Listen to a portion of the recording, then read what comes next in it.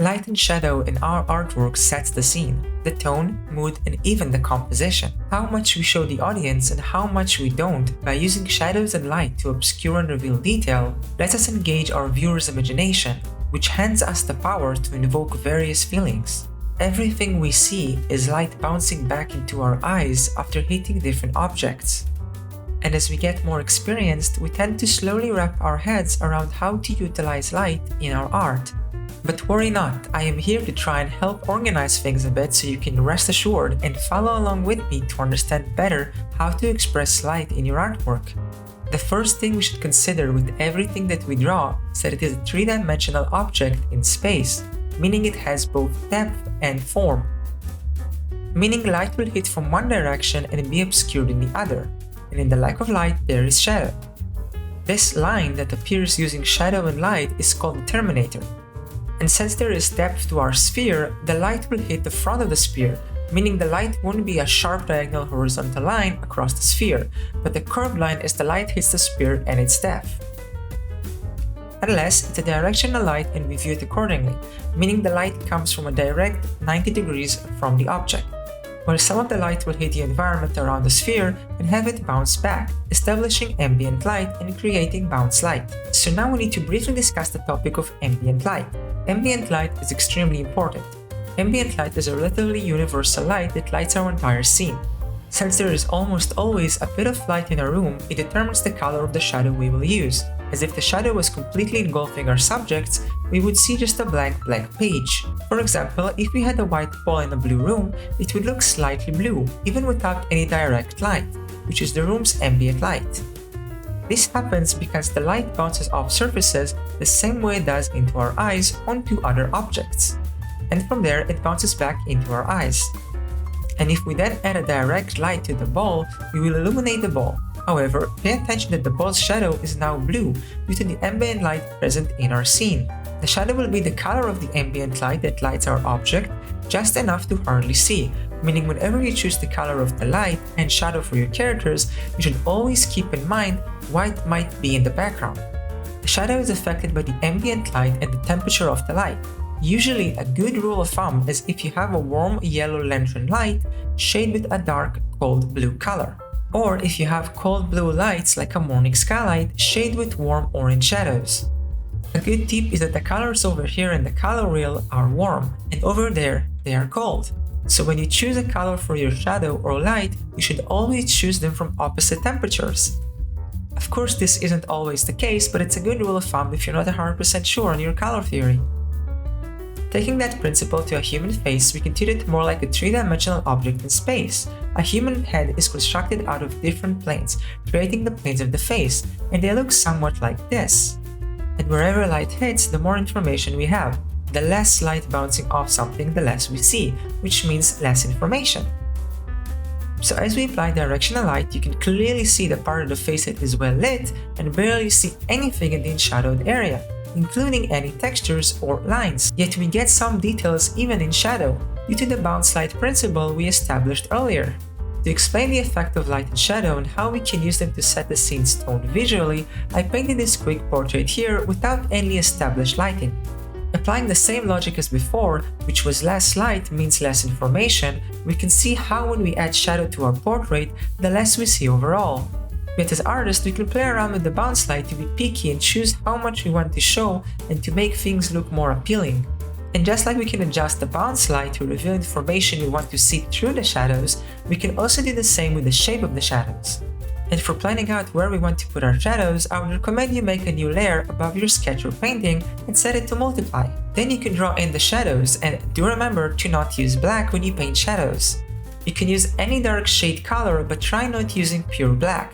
Shading with pure black will cause your artwork to look flat and muddy. And regarding directional light, depending on where we put the light in our scene, it will affect the shadow, which will affect what kind of tone we set for our scene. So I'll try to demonstrate many of those and what tone, feeling, or purpose it has. Soft lighting. To create soft lighting for our character, we will create a multiply layer on top of our portrait, and then we will grab a soft brush and start using a light blue color to paint the shape of the shadows. Soft lighting is usually a flattering lighting scheme to humanoids and has wraparound shadows that add more depth and tend to look softer. and by having diffuse shadows that aren't harsh, it makes the character look more appealing. So, when you want to make a character look more appealing and smooth, diffuse shadows and soft lights will hide and eliminate most of the hard shadows. That, in turn, smooths over the imperfections the character might have, making it look more attractive. And it's always good to remember that we will still have cast shadows and soft lighting. So the hair will still cast a shadow over our face, which adds more depth. You might notice that the neck of the character still has a sharp shadow. The shadow's edge at the neck is sharp because there's an important concept in lighting that relates to distance. The stronger the light and the closer the object is to the light, the sharper the shadow is. The further the subject is from the light, and the weaker the light, the softer it becomes. And since our character's chin casts a shadow on the neck, which are two close 3D objects, a sphere and a cylinder, the shadow is sharp in this case. To summarize, soft light is used for an appealing and soft look. It is great when you want to simply present your character in full detail, making it great for a character sheet. Backlighting. Backlighting is used frequently whenever you have a character in front of a sunset or an intense artificial light, as in interrogation rooms. Or perhaps when you have a doctor under surgical light. It's a great tool whenever you want to emphasize the shape of the character you're portraying. Meaning if you have a large burly character or a small petite one and you want to accentuate their shape, using a backlight might be beneficial. Or if you have a character wearing darker clothes in a darker room, having a backlight might help separate them and add some depth to the scene.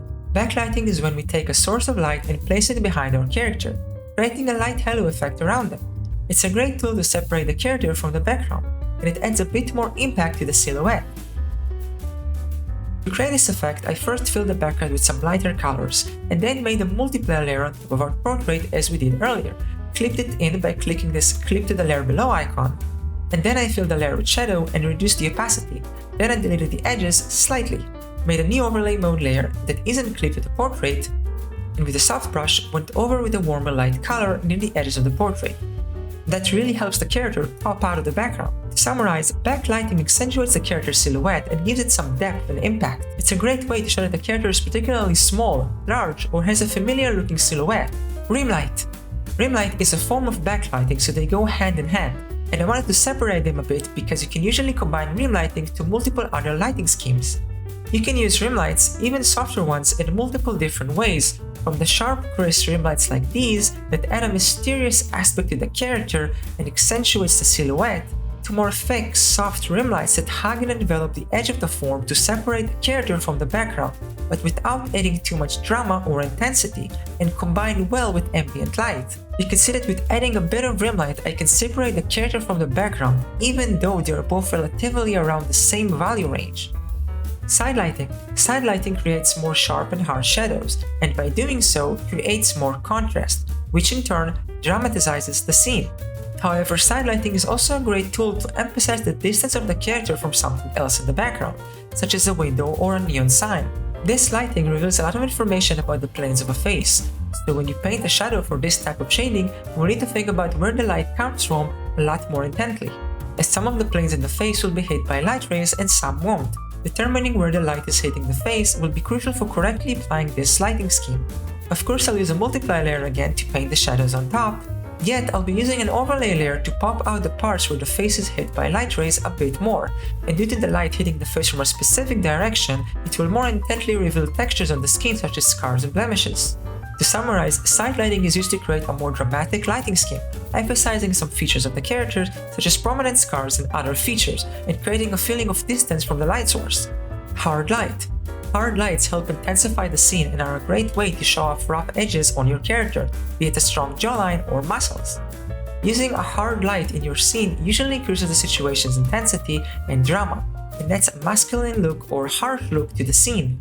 It can be used to a significant effect when you want to show off a villain's features, such as high cheekbones or make a female character have sharper features. Hard light also causes stronger, deeper shadows, which creates more contrast, so it's excellent to direct our eyes to the focal point, usually the spot in a painting with the most contrast. Choosing where the light comes from is essential in hard lighting, as we have to determine where the shadows are cast. In hard lighting, we usually don't have a lot of bounce light, and its shadow tends to obscure almost completely. So when we create our multiply layer on top as the shadow layer, I'd recommend keeping the opacity relatively high. is we erase out our shadow and the overlay layer's opacity just a bit less than that we use for light. By obscuring a lot of the face, we managed making a dramatic look for our character. However, hard shadows can also be made to make different type of scenes you might be familiar with. You can also use this lighting scheme to make a pretty classic leaf shadow shining through the tree branches kind of look by using a leaf brush that we found on Clip Studio assets. Free ones work great, and we set them on top with a multiplayer layer using a dark blue. Then we make an overlay layer on top, going over with a soft brush to give this hidden look to the shadow with a vibrant red. We can even add another layer for extra light and a layer on top with just green leaves to suggest some foreground and add depth. And finally, tone shift the drawing towards a bit more orange-yellow with an adjustment layer to give that mid-noon feeling. And to summarize, it's a great lighting scheme to use for portraits and dramatic moments. Using it sparingly might even allow for more significant impact if used in comic or visual novels. All in all, I hope you found this tutorial helpful, and if you did, how about dimming the light on that subscribe button, Have a great day and do leave a comment if you have any questions.